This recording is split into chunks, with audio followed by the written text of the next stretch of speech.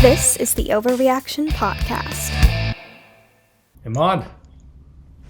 Hello, John. Brother. Yeah, great seeing you, man. How you been? Doing great. Thanks for having me on your podcast. I'm excited to talk to you about this. Yeah, absolutely. So you've been traveling a lot? Where you been? What are you doing? You know, a lot less this year than last year, but the normal couple of trips every month adds up. I was just in San Antonio for a rural health conference. I was in Toronto, met a few of the team members there. I'm about to go to Sydney, meet a handful of the board and shareholders for AdvaHealth. So keeping busy. Nice. Well, let's just jump into that then.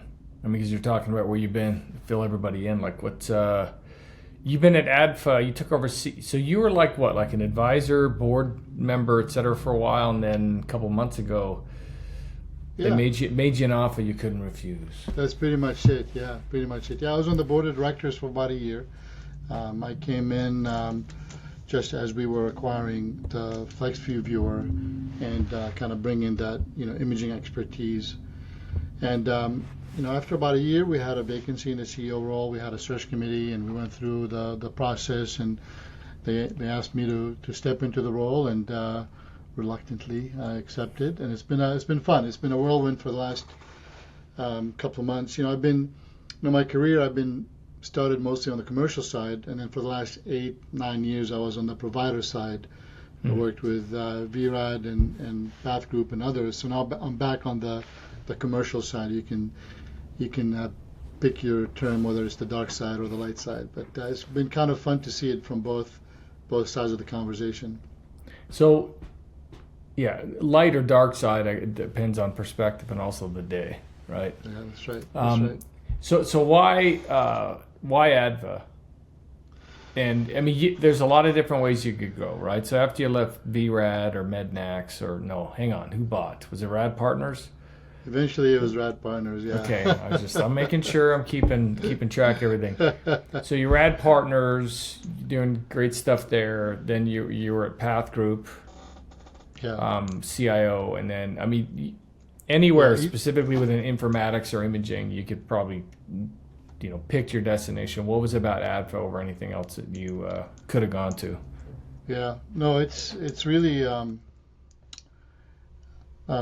it's a really interesting question, and you're right. I mean, vRad I was there for maybe 6 years, and we've had a handful of kind of organizational structure, but the core of the platform and the team were the same the whole time, and really learned a lot about scale and how to take technology and a good idea and take it to scale. As you know, vRad is the largest teleradiology group in the country, if not the world, and everything we talked about scale.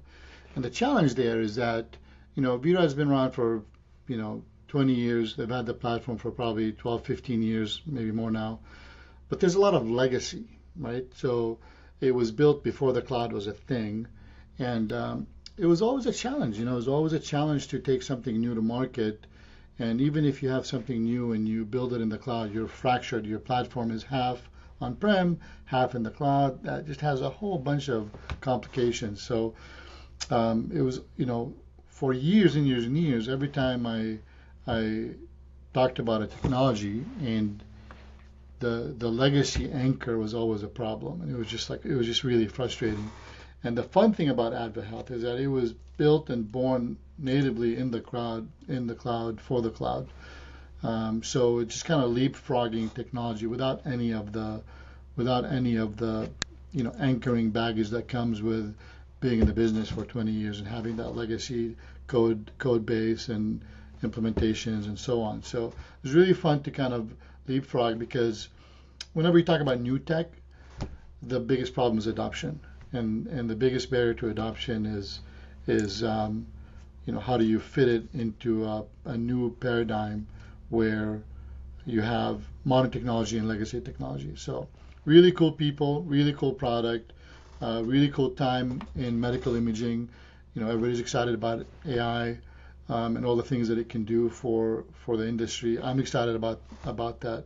But for me, step one is, how do you get to the point where you're cloud native? Then you can start taking advantage of all the cool things that come with modern technology. Yeah, absolutely. What's interesting is that it seems like Adva can play in a lot of different geographies. It isn't just, it works well in Australia and Singapore, parts of Southeast Asia, that there is real applicability into where everybody wants to be, which is the U.S. market, which is kind of the driver. Maybe talk to that a little bit, because I know when we were catching up weeks ago, that was something that kind of caught my attention. Yeah, it's really interesting how the different markets globally adopt and respond to technology. The biggest difference is, of course, regulation. It's just different. It's not better, it's not worse, it's just different. Otherwise, the technology makes it really easy to spin up a region within a cloud and go to market. So, we have clients in Australia, like you mentioned, Singapore, Philippines. We have clients quite a little bit in North America, Canada, and a couple in the U.S. We're in the middle of installing a client in Africa, actually. And the cool thing is that we're able to do it without boots on the ground, right? We can really, without having to establish a team in country to work through it, right? So the relationship happens at trade shows or conferences or meetings or what have you, but the technology is just ubiquitous anywhere in the world. Just a really cool way to think about it. Yeah, that makes a ton of sense. If you think about during kind of the COVID overreaction that happened between 20 and 22 or even into 23, that was a big reason Visage was able to, in my opinion, capture some. Obviously, they have a good product, right? But it is probably the most expensive in terms of price tag, but also because they had figured out how to do pretty big enterprise deploys without having any people show up. They really seemed to lean into that, and that was a big part of their success, at least from my perspective. Yeah, that's right, and it's one of those things where overreaction. I think was that an intended pun, or is that just isn't that the name of your the overreaction? Well, if you know me, that's something I tend to do. So there was an overreaction, but it didn't correct. It became the new normal, right? And really, what's happening is that a lot of the existing players like Visage or others that play at that scale, they struggle with smaller clients. And we don't have that problem at all. You can be, a single clinic with a single vascular clinic with a single ultrasound modality, or you can be, a 500-bed hospital. The scalability is the same, and the onboarding process is the same. The elasticity that is given to us by being cloud native lets us do that in a way that never been done before. Where back in the day, you used to have to deploy an army of consultants and business analysts and integration engineers and all of that provisioning and capacity management and capacity planning. And I remember 15 years ago during the Acuo days when we first did the first VNA, we would spend so much time building out the bill of materials for how many SQL servers you need and how many routers you need and how many gigabytes you need and all these forecasts and because you spend it once and you get your budget approved. A lot of those conversations are so much easier now. There's usually an online calculator. You put in your modality mix and boom, you sign up and away you go. You scale up, you scale down. It's not a problem. No, that makes total sense. And Jeremy, one of the thing that's kind of one of the drivers there is that we're seeing a lot of churn in teleradiology, groups coming and going, and forming and disbanding. A lot of that is kind of a reaction to the capacity demand challenge. A lot of it is a reaction to the post-COVID world where all radiology is teleradiology. And these guys need a model where they can start small and grow big. And again, going back to that infrastructure conversation, it's perfect. It's ideal. Yeah. So where do you, without naming vendors, specific vendors, because we can do that offline. And if you tempt me, I'll pick up the other end of that stick, the stirring the pot stick. So, what approaches when it comes to medical imaging do you think are really quickly going the way of the dodo, that are just not sustainable long term? And again, we don't have to mention. I mean, I'm sure we'll be able to figure out who you're talking about, but so I'd rather talk more about strategies, approaches, whether it's architectural or otherwise. It just they're basically dead and they don't even know it yet. Yeah. It is not naming vendors. It is a small world, and we're all friends. But one of the things that really frustrated me as when I was a CIO, whether it's vRad or Path Group or elsewhere, one of the frustrating things that it was just so hard to try a new solution. Let's say there's something interesting and you want to try it. You end up spending 6 months dealing with POCs and BAAs and NDAs it's a very complicated process. Some of the RFPs that are out there are 100, 200, 300 questions, and that's on the small side. So I think the things that need to go the way of the dodo are, we want to give providers and health systems and physicians the ability to try software in their environment, in line with their workflow. I'd like to remove as many of those barriers as possible. Let's say there's a new AI model, you want to try it. How could you? You can't. You'd have to either buy it, try it, realize that it didn't work, and then you cancel, in which case you spent probably a year and a half and $100,000 to come to the conclusion that it's not a good fit.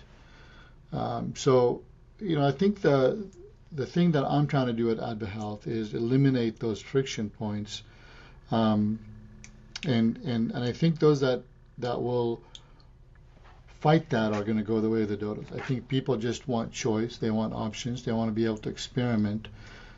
Just like I can sign up to Netflix or HBO Max or Hulu, Disney, whatever. Pick your favorite streamer, and if I don't like it, I just cancel it. Right? I don't have to go into a 2-year contract and buy a special device or what have you. So that's really kind of what comes to mind. I know it's a long answer to your question, but that's been something I've been trying to noodle on and figure out a way to package it as we go to market with this strategy. And do you think you're pretty close to figuring that out? I think so. We're going to have a pretty big announcements coming up for SIIM. A big, I'll give you a preview of that. It's based on value-based imaging, which you and I have talked about. That's kind of takes us in a different direction. But it's this concept of, there's multiple concepts, but it's the low touch, sign up, minimal commitments, pay as you go is standard in the rest of the world. In medical imaging is revolutionary. So we gotta get caught up with the times. Yeah. SIIM, that's like the Wolverine of trade shows. I keep thinking it's going to die, and that is resilient. Yeah, it's fun. I've been around. I've been to SIIM when it was called SCAR back in the day. I went to my first SCAR show was 2004 in Vancouver, Canada. Yeah. It's a good show. It's small. Yeah. For maybe 5,000 people, I think. Usually it's more tech-oriented. People really kind of share best practices. Sysadmins bring in solutions that they've collaborated together. A lot of those voices don't get heard at a place like RSNA, which is much more focused on physicians and clinical research modalities and outcomes research. Yeah. Right. Oh yeah, and the modalities. Right. Yeah. So SIIM is a kind of a nice place for the interoperability showcase to shine and some of the things that we do on a comparing notes. Actually, we went last year or 2 years ago, one of my favorite sessions, and Brad, speaking of visage, Brad led the discussion, and it was, what are we embarrassed about? We always talk about the cool things, and the things that we're excited about, but let's take a minute and talk about, things that we don't like, and that was a really, really fun approach to talk about, faxing, for example, or burning CDs, or lack of proper interoperability and reason for exam, and bread and butter workflow items. It was nice to talk about it. So these are things kind of have a home for them at SIIM. Yeah, I agree. I need to go back. I used to go all the time. Where is it this year? Pittsburgh's coming up in June. Yeah, about a month from now. They're doing a lot with digital pathology at SIIM. So they work with DPA, which is the Digital Pathology Association, and they're really collaborating on adoption for standards, which is really lacking in pathology. They're still wrestling with basic concepts around DICOM, conformance statement, key objects, presentation states. So the industry, the whole industry, is headed that way, but it's taking them a while to get there. And I think SIIM is in a good position to provide that education and thought leadership and a forum to discuss. Yeah, it's interesting when you can always kind of tell somebody who's a bit of a neophyte when it comes to medical imaging, when they're like, oh, digital pathology should just take off. It's such a no-brainer. Look at what happened with radiology packs. And it's like, well, those aren't the same, right? Going from plain film, hanging film to digital, it was such an extraordinary efficiency. It just made sense. And there's a difference between tissue samples. You can't just digitize and then just chuck them all out. They're not exact. Just because the workflow is similar, just because radiologists and pathologists don't chat up the patients like in others, doesn't make it. There's enough differences there that's not necessarily a very helpful statement. Yeah, I'll share with you a couple of areas where the difference is complicated, and we might get into the weeds here pretty quickly. But one of the biggest challenges in pathology is that the regulation from the FDA is tied to the device.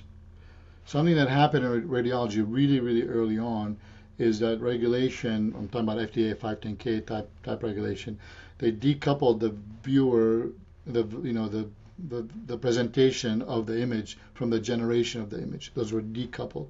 So you can, and DICOM of course played a big role in that. So I can generate an MRI image on a Siemens and view it on a GE software, no problem. I can get an FDA for both of them. In pathology, since day one, the very first scanner, which was Philips, the pre-market was they're connected.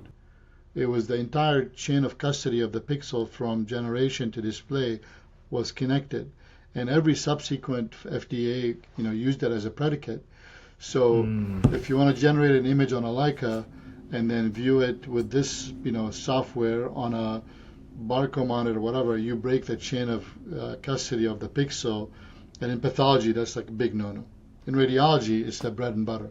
I think that's been one of the biggest kind of, delays of why it has taken so long to digital pathology to take off. Have they uncoupled that? They're working on it. The FDA is a lot of the vendors are pushing for it, but the FDA just is not in a hurry to change it. So what people do is they do their own internal validation and run it under kind of a research banner or something like that. But they have to have the mechanism to do their own validation. Gotcha. I've heard things that the FDA is starting to streamline. They're making it a little bit, removing some of the barriers that just were bizarre. Hopefully that continues.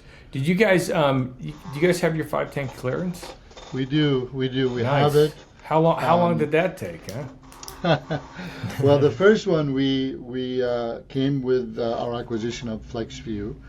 We're That in the helps. middle of another submission now because we kind of did enough changes on the back end to necessitate it. And then we're doing some cool things with PET-CT Fusion for later in the year. We'll probably resubmit then. But it's But none of these are de novo. I mean, they're all. No. Yeah, okay. No, Good. no, they're not. Cool. But the FDA, they move slow, but God bless them, they've been really working hard on finding ways to streamline it. So we're going through what's called a special 510K, which is slightly accelerated because it's the same software, same functionality, minimal risk. It's all about risk mitigation. So there's that. But the other thing that's happened recently was that they've introduced a whole layer of requirements for cybersecurity, for the FDA requirements.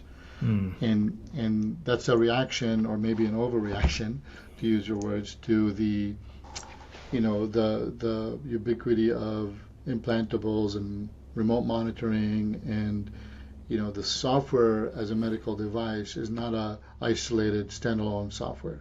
It's a connected, integrated, embedded software. Yeah. So they've added a whole layer of complexity around cyber compliance. Makes sense. Hopefully, it's common sense rather than just. It's hard to strike a fine balance. It seems to either go too far and it's way too burdensome and it shoots past the mark, or you go under it. It's just kind of the Wild West. That's right. Especially now with AI and cloud code and all the ability for anybody to write a piece of software. I think we need to maintain our standards of quality in mission critical software solutions that are impacting patient care. It's a good thing. Yeah, it's a good thing. Yeah, for sure. Yeah. I want to talk a little bit about vibe coding. In fact, I'm going to make a note of myself, but I want to talk about something else first. Let me make a note. Yeah, no problem. Go back By the to way, vibe code. as I said that, I'm thinking back to what would my 20-year-old self say, hearing me say that, because back then I was raging against the machine. And, and thinking, God, we want to just go fast, and the FDA gets in the way, and at the time it was all about good manufacturing, and literally like step 1 was wash your hands, step 2 clean your keyboard, so the FDA has come a long way. I do give them credit. Yep, I agree. And them bringing Dr. Rick Abramson to kind of run the Digital Center of Excellence, or whatever it's called, is going to be fantastic. He's going to give so much good guidance because he comes from industry, practicing clinician. He's spent time working for vendors, AI companies, etc. So he's one of those ones that's the kind of thing when you see an appointment, you're like, good. Do they understand what we're talking about? Or are they going to have to rely on a bunch of aides, and they can get, these staffers, and who knows what they know? And so it's good to have someone who actually has battle scars, but also has the domain expertise. But I wanted to talk a little bit about, what's your take on, so you guys are cloud, and so it seems like there's like on-prem, you have like the Pure Storage of the world, which obviously, like, I think, from my research, like if you need like incredible access, massive compute, especially on AI, etc., it seems to be like a pretty good option. But then you've got other companies that are like pure cloud, and they're like, no, we'd never work with Pure. I mean, where do you guys lay down? Like, if you had an organization that says, we love Adva, we love what you're doing, but we need you to be connected to Pure. I mean, is that something you guys could do, or is it like, nope, we do it one way, and which is fine. Yeah. I'm just trying to figure out, because that is a debate I've been involved in a couple times now over the last month, and I haven't been looking for it. It's kind of found me. So never say never. I mean, if there's a big enough opportunity, an interesting opportunity, a lot of the work that we do is containerized in a way that is fairly portable. Most storage devices have embraced the S3 standard, so it's not going to be like recreating the wheel. It'll be some effort for sure, but we're not afraid of it. We'd rather not do it. Right now Sure. we have a deployment on AWS, which is a hub and spoke system where we have the hub, which is the brains of the system, and that's where anything that has no impact on latency resides. And then we deploy the solution in your region closest to you, things that have latency impact. We're up to, I think, 6 regions. We just spun up the most recent one to support the Africa implementation, which we've reached a point where it takes days to do something like that. That's great. So, which country in Africa? I should have asked earlier. We're in the middle of doing it now, so I don't want to say the name. Okay. But it's Zimbabwe. Gotcha. Yeah, it's actually 2 or 3 countries. Working okay. together Cool. Nice. with some American physicians. Great. Yeah. So I want to get back to the vibe coding thing because this is so interesting. So we use, I'm sure you guys as well. We went really early with reaction on, prompt engineering, like really early in Copilot, OpenAI, Claude, obviously, but Super Grok, like all this other kind of thing, like really, really early. And I have a very strict policy internally, such as we've never allowed any AI to even correct errors or bugs. A human has to be over literally everything. Like our QA is, it's great. We're moving very, very rapidly, but I just don't turn the wheel over to AI ever.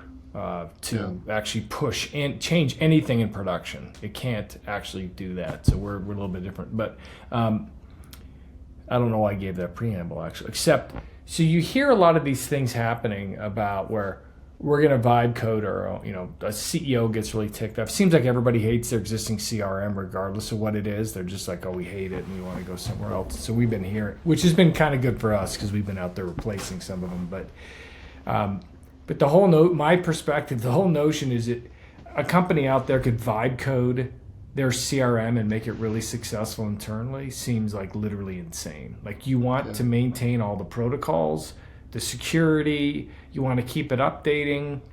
You're going to have at least 1 or 2 dedicated people. That's probably more expensive than the CRM, especially as you get a much bigger enterprise. And so the same kind of thing where I've heard some insane stuff like, we're just going to vibe code our own packs. Like they just get pissed. Like that's it. We're just going to develop our own packs. We're just going to develop our own cardiovascular reporting system. And I just shake my head. I'm like, that is, I want to smack hands, like bad AI. That's a bad, that don't do that. There's definitely agents and things you can do internally. Hospitals can do, imaging centers can do for efficiency. But I think it's extremely wrong-headed that these business, whether it's a business or whether it's a hospital, thinks that we're going to vibe code a truly essential, complex enterprise app and think you're going to have any sort of success with that. No, it's. I share your wrist slap approach. I mean, I mean, vibe coding is like microwaving a TV dinner versus a meal that's a chef kiss, organized, orchestrated. I think it's good for prototyping. It's good for experimentation on certain things. It's had its place, and look, technology is getting better and better. The AI we're using now is probably the worst AI we'll ever see. Like literally next week's AI is going to be better. For sure. So, again, never say never. But today, what I'm seeing today, vibe coding has its place primarily around kind of prototyping. We have, but if you want to have, and there are example after example after example of a data breach or security, Amazon had to halt production for a while because some AI agent went rogue and did something it shouldn't have been. So they kind of panicked and shut down for a few hours, which, as you can imagine, has ripple effects. Well, yeah, wasn't that last week, Pocket OS or something like that? They had an agent go to do a bug fix and decided, just like Son of Anton on Silicon Valley, delete the entire production code. Just goes in and goes, oh, we're just going to get rid of it. Anthropic leaked its own source code. It's scary, man. So there's just example after example where this is a bad thing. Look, if you're, a friend of mine just posted on LinkedIn, actually, he and his son were playing with creating a new variant of a chess game, and they vibe coded it, and it was really cool. It was learning for this young kid, but they actually came out the other end with a fully functioning game, right? Great. Yeah. Different than a scaled out enterprise scale patient care mission critical solutions. It's a completely different thing where you want to maintain controls. We operate in a regulatory environment, right? We have, between FDA, ISO, SOC 2, ISO, 27001, ISO 13485, there's just a lot of, it's a very regulated environment, and for good reason. Every one of those regulations came from a lawsuit or a malpractice or a patient issue, right? So they exist for a reason, and I think vibe coding will bypass a lot of those things where you don't know where something is broken or where it pulls in some random YouTube video reader from some random GitHub, and you think you're watching a YouTube video, but you've inadvertently inserted a man in the middle in your environment. So it just needs to be, really well. It's just in our world in healthcare, it's the risk is too great right now. I think now, I agree. Go ahead. I got my own little take, but please go ahead. What I was going to say is that what people really say, what they want, is nobody wants to write their own CRM, right? You gotta dig deeper into what is the problem you're trying to solve, right? Is it hyper personalization? Is it tweaking the workflow? Is it some user dissatisfaction because somebody likes it blue? What is it you're trying to solve? And let's talk about that instead of saying I'm just gonna write. Any sentence that starts with "I'm just gonna" is a bad sentence, right? So let's really dig deeper, because it's never I'm just gonna whip up a CRM, right? You're framing it exactly the right way. It's the same thing because we're coming out with our own CRM, and it wasn't something that we necessarily wanted to do, but we just kind of fell backwards into it, mainly because I've tried all the major CRMs, just didn't like anything. I've tried ones that Microsoft had and et cetera, and it just never mapped. But when we're talking to companies, because we didn't realize the demand was so big for people looking for a different thing. And so I got to the question, and you're one of the first people I think who's framing it the right way, like, okay, what is it? So what is the motivation? Why do you want to switch CRMs or change? Like, what is it? And so then you start to see common themes of, well, they're expensive and it's complicated and the flow in it actually isn't really integrated. And the handoff from doing a sales drip or a marketing campaign, nurturing from sales to get over to customer, et cetera, it's just not there. And so, but typically it comes down to complexity and we're just not getting value out of it. And it's underutilized, et cetera. And what's interesting, I'd love to get your take on this. From my perspective, this whole thing of all these different software vendors, where they're CRM or whether they're in the medical space, that are throwing all these agents, is what they're admitting is they built crappy software. And now they're having to put it, because it's not usable, it's not adapting, it can't be personalized very well without an act of Congress to make it happen. And hence it's not that usable. So they're throwing all these agents on top of it to go, Okay, well, that'll do it. But is that decreasing costs? No.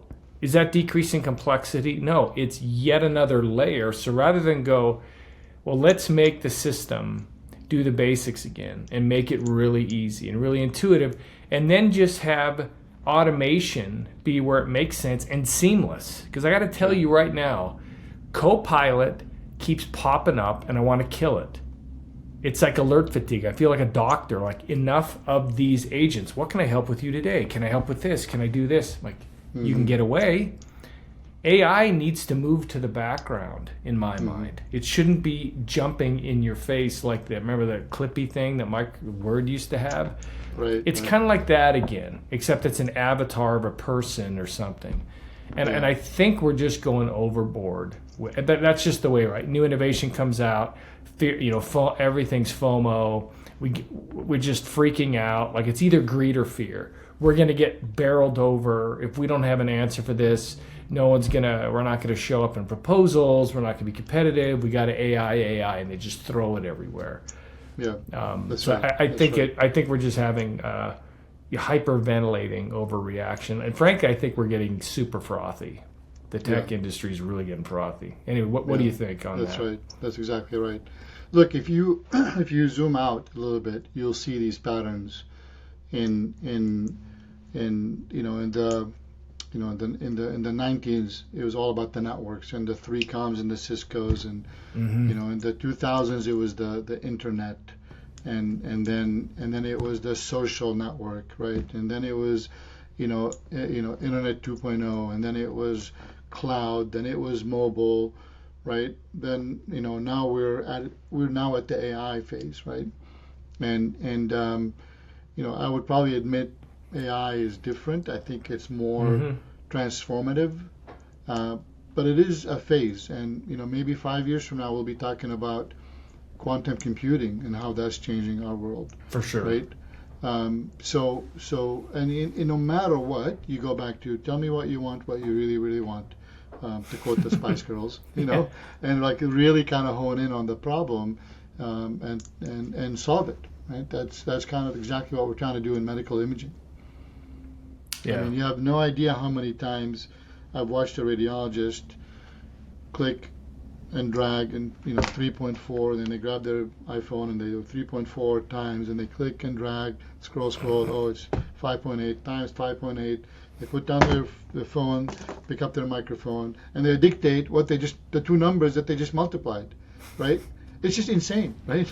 It's insane, right? Yeah. Make that go away. AI is perfect for that. Yeah. Yeah, I do think, it's human nature hasn't changed. I think that's where society, politicians, etc., get it wrong. Human nature hasn't changed for thousands and tens of thousands of years. It's just we dress better, we're taller, we look different, or we're doing different things. But human nature hasn't changed. It's the same kind of within the tech industry and economy and industry and business. There's certain physical laws of the universe within that universe that you can't get away from. I do think AI is more transformative, like you're talking about. I do think it's going to be wholly positive. Like, I don't understand the doomsday either, that AI is going to completely wipe out 50% of white collar jobs, or like some of these people that seem to have it out for radiologists, where we just don't need 5 years we won't need radiologists anymore, which I want to get back to that, because you and I both had posts on LinkedIn over the last couple of weeks where it's like, radiologists and radiology in general has kind of been a bit of a whipping boy for, at least from the last I remember, 15, 20 years. It just seems to be the thing everybody, whether it's reimbursement cuts or whatever, they're always coming after. But it seems particularly vicious in the last 6 months, and even in the last 3 months. And I don't understand it. I'd love to get your take on why. Are you seeing it? And then, if you are, what do you think is behind that? What is the motivation behind that? Kind of, we used to be closet animosity, and now it's just not even in the closet. It's out of the closet, and it's just naked animosity. Yeah, I found myself kind of my Papa Bear, Mama Bear instincts kicking in, and I'm finding myself more and more defending radiologists with these flippant statements where, if somebody says, why don't we just replace radiologists with AI, like, you clearly don't know what a radiologist does, and you clearly have no idea what that means. Now, most of that is in response to, we have a demand capacity imbalance. We have way more imaging utilization. Imaging demand's going up. Imaging complexity is going up. There's new modalities popping up all the time. But it is a powerful diagnostic tool, right? There's a reason people use imaging. Mm-hmm. Every time there's something's wrong with you, they look. You go to the ER with a headache. You get a CT scan. Like, why not? We have the technology. So utilization will continue to go up, and of course that comes with its own complexities because the number of physicians is not going up at the same rate. So we end up with burnout on the physicians, delayed on patient care, and some AI. One of the most used AI in Europe, I was just reading about this, is an MRI, Swift MR type technology that makes it much faster to do an MRI with the same image quality. So they're touting 20% more throughput per modality. I heard that, I was thinking, oh my God, there's 20% more images that the radiologists have to read. So it's just a system that's under pressure, and people that don't understand and they're feeling the pressure, they just go, well, why don't we just fix it in AI? If you have a CRM problem, why don't we just fix it with AI? If you have an RCM problem, why don't we just fix it with AI? I mean, that is just a naive comment from a person who just doesn't understand how complex this workflow is. Now, is there room for AI to help? Of course. Mm-hmm. We can make it better, faster, cheaper across the board, but ultimately it's a medical diagnosis that should have a person backing it up. Look, if there's certain countries where having an AI radiologist is amazing because the alternative is zero radiologists. Yeah. So some emerging countries, it's actually a massive improvement. Versus in the U.S., in Western countries, it's introducing risk at the hope of solving a problem. So there's room for it, and we've seen it have success with TB screening, and some automation with screening AIs are really good because they're very consistent. It's the same body part, same disease, same imaging technique. So there's that consistency which AI needs. Versus, hey, my stomach hurts. Here's a chest abdomen CT. Go fish, right? So screening models have a leg up on all other models because of that consistency, and maybe we can do more throughput there. So again, never say never. Things are getting better all the time, but we need the radiologists. They're not going away anytime soon. Their role is going to change, of course. Are they going to go away? No. Look at farming, right? 100 years ago, 70% of the population were farmers. Mm-hmm. Now 10% of the population, 5% of the population are farmers. Lots of automation, right? So are we going to go through a similar phase? Is it going to take us 100 years? These are the questions that we're wrestling with right now. Yeah, really well said. I firmly believe there's a lot more opportunity. I mean, look at the AI gets blamed. This is what I've noticed, and I think it's past anecdotal now. I think it's almost like gospel truth. AI is being used to justify the changes that businesses should have made a long time ago, especially in the tech space where you see X company just laying off 10%, 20%, and they'll say because of AI. It's like, it's not true. Like, anyone in a software company will now tell you that you can develop so many more features, you can do it faster. It's not like you're going to say, well, we only going to develop this much for the year, so we're just going to stop. No, you're just going to keep accelerating. Like, companies out there are actually secretly hiring a lot of young people where a year ago it's like, don't get into coding. Like, there's no future for you. And they find out really quickly that wasn't remotely true. You need people that have some experience, but you can give some of these younger people experience, and they pick up the vibe coding better, and if they now get trained, they can be really productive. Now they still need to understand coding. If they don't understand the fundamentals of coding and testing and documenting, et cetera, then they're going to get pulled whichever way Claude or whatever is going to tell them. But there's a lot more opportunities. You see these companies that way overhired 3-4 years ago, back when the government was just printing money, interest rates are zero, they're taking on massive venture debt, all this other kind of stuff, when they never should have hired like that. And instead of just doing the right thing, which is we overhired, let's make a correction, they're getting rid of people that they probably should have got rid of a long time ago, and they did it. They're doing it in the worst way, and they're just blaming it on AI. Well, because of AI, we can do X. Come on. Yeah, just kind of a crazy time. What other?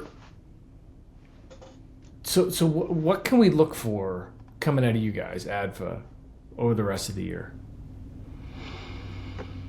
We're we're rebranding, so there's a new logo coming out.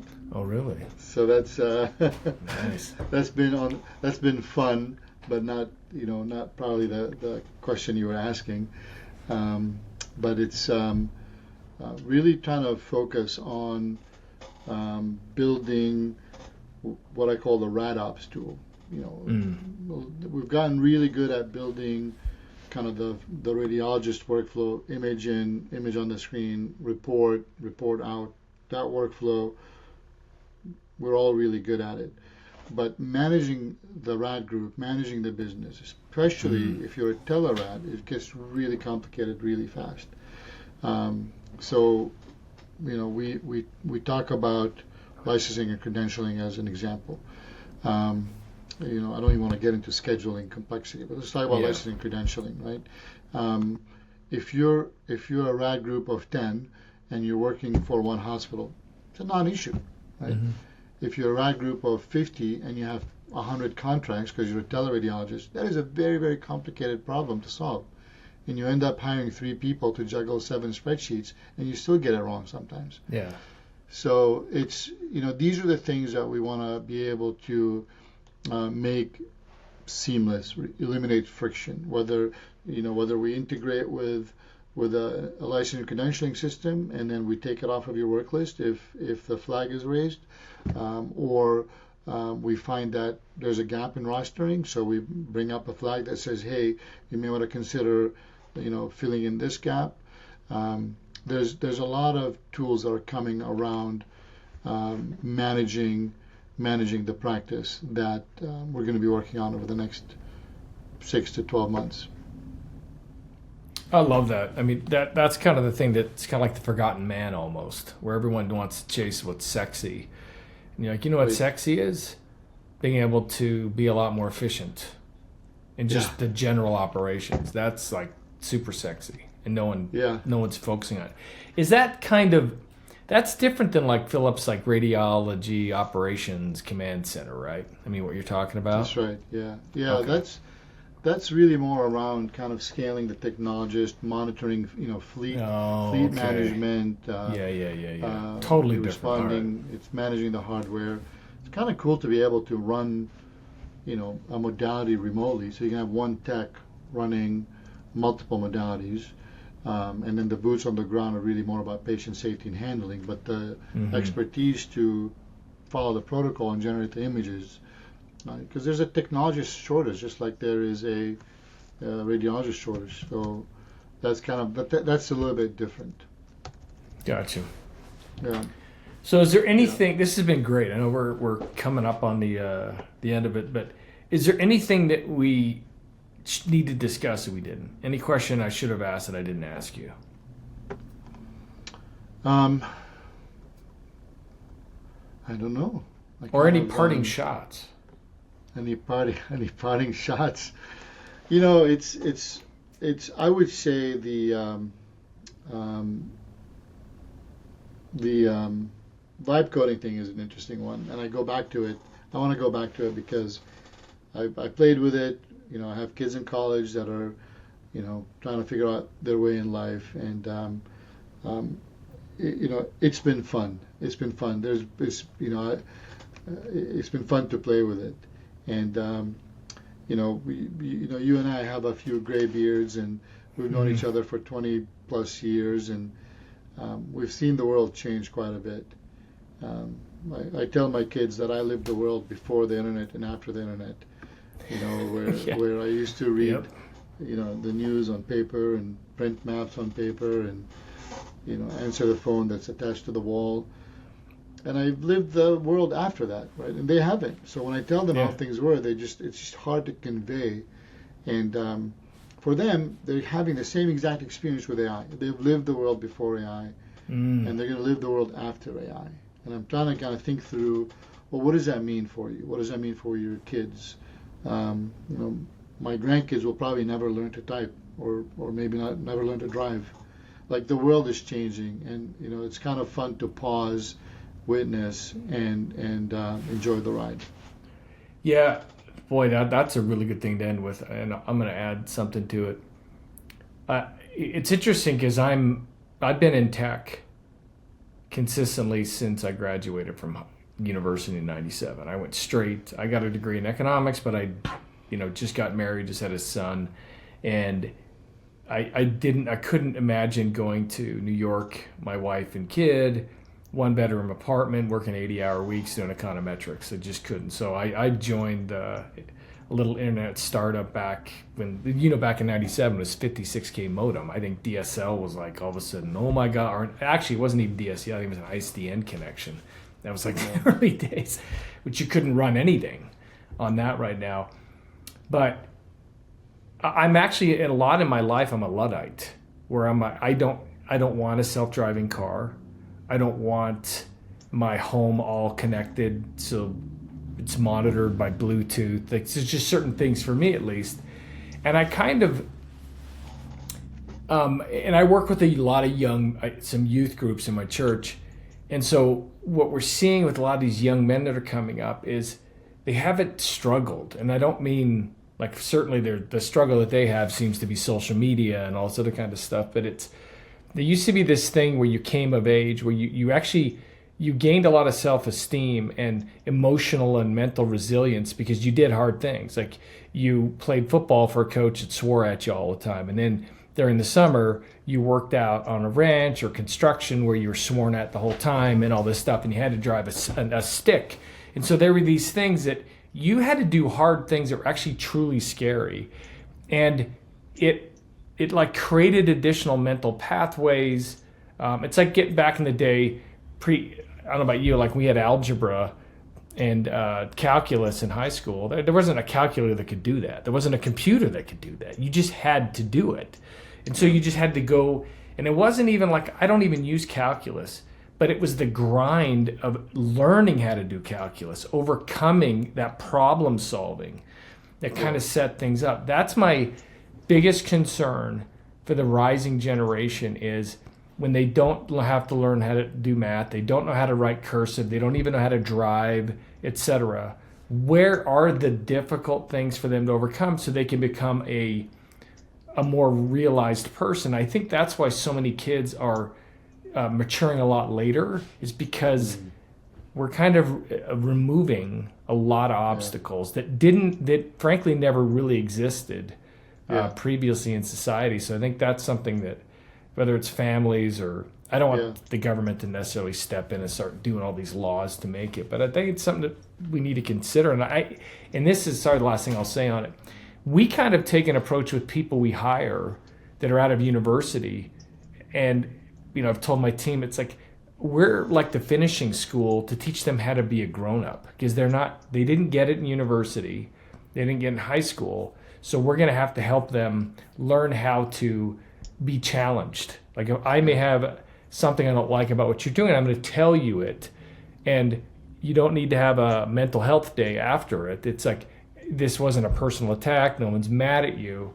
So it's like, you have some people that work for me saying, I'm just sick of it. I just want people, I don't want to hire anyone young again. I don't want to have to go through, like, am I going to offend at everything we do? So, no, we can't do that. You can't run a successful business. You're only going to hire a bunch of gray hairs or bald people like me. We need to take our time and give them more life skills. And I think businesses are going to have to embrace that because you just can't hire a bunch of people like you and me. You can't just fill up with a bunch of older millennials and Gen Xers. Yeah, no, I hear you. I hear you. The availability of information at your fingertips made it so that you don't have to come up with an answer. You can just grunt and Alexa will give you the answer. Whereas, back in the day, I'm actually a math major. You mentioned algebra and calculus. I used to spend hours and hours and hours solving problems, but for the joy of solving the problem. Yeah. Not to get the answer, right?